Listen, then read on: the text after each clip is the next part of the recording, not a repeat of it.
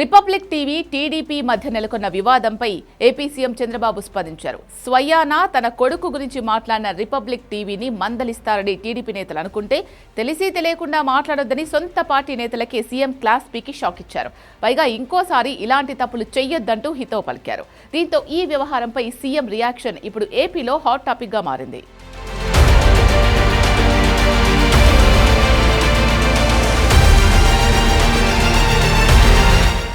IndiGo విమానాల రద్దు విషయంలో అర్నబ్ గోస్వామి టీడీపీ మధ్య ఏర్పడ్డ వివాదం దేశవ్యాప్తంగా హాట్ టాపిక్ గా మారింది.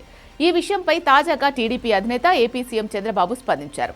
రాష్ట్ర ప్రభుత్వానికి ఏమాత్రం సంబంధం లేని ఇండిగో విమానాల రద్దు అంశంపై రిపబ్లిక్ టీవీ ఛానల్తో అనవసర వివాదాన్ని తెచ్చుకున్నామన్నారు సీఎం. రిపబ్లిక్ టీవీ మొదటి నుంచి టీడీపీ అంటే సానుకూల దృక్పథంతో ఉంటుందని, అలాంటి ఛానల్తో ఇలాంటి వివాదాలు సరికాదు అన్నారు. పార్టీ అధికార ప్రతినిధులతో నిర్వహించిన సమావేశంలో ఆయన ఈ వ్యాఖ్యలు చేశారు. వివాదం పెద్దదయ్యే వరకు తన దృష్టికి తేకపోవడంపై ఆగ్రహాన్ని వ్యక్తం చేశారు సీఎం. పార్టీ అధికార ప్రతినిధి దీపక్ రెడ్డి రిపబ్లిక్ టీవీ చర్చకు మరింత కసరత్తుతో వెళ్లి సమయస్ఫూర్తితో వ్యవహరించి ఉండాల్సిందే అన్నారు. చర్చలో ఆయన చేసిన వ్యాఖ్యలపై అభ్యంతరం వ్యక్తమైనప్పుడు అంతటితో ముగించాల్సిందని క్లాస్ తీసుకున్నారు. అనవసరంగా చిన్న విషయాన్ని పెద్ద చేశారు.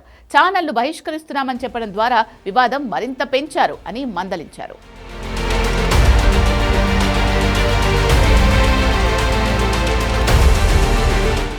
ఛానళ్లు బహిష్కరిస్తున్నామని పార్టీ తరపున ఎవరూ చెప్పలేదని అధికార ప్రతినిధులు సీఎం దృష్టికి తీసుకొచ్చారు.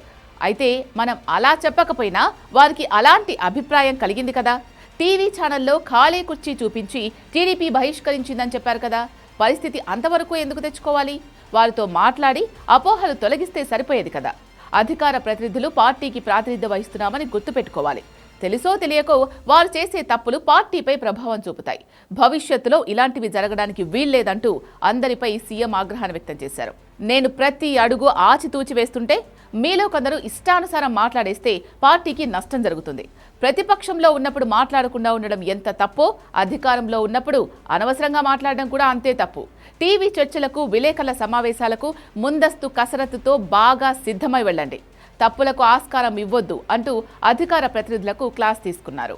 ఇక పార్టీకి సంబంధించిన విషయాలు, ప్రభుత్వ విధానాలు ప్రజల్లోకి తీసుకెళ్లడంలో ప్రతినిధులు విఫలమవుతున్నారంటూ అసంతృప్తి వ్యక్తం చేశారు చంద్రబాబు.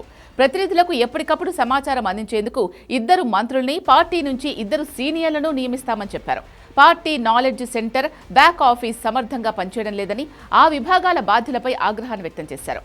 ప్రధాని ఒక మాట చెబితే దాన్ని బీజేపీ శ్రేణులు క్షేత్రస్థాయికి సమర్థంగా తీసుకెళ్తాయి. ఆ విషయంలో మన పార్టీలో లోపాలు కనిపిస్తున్నాయంటూ క్లాస్ తీసుకున్నారు.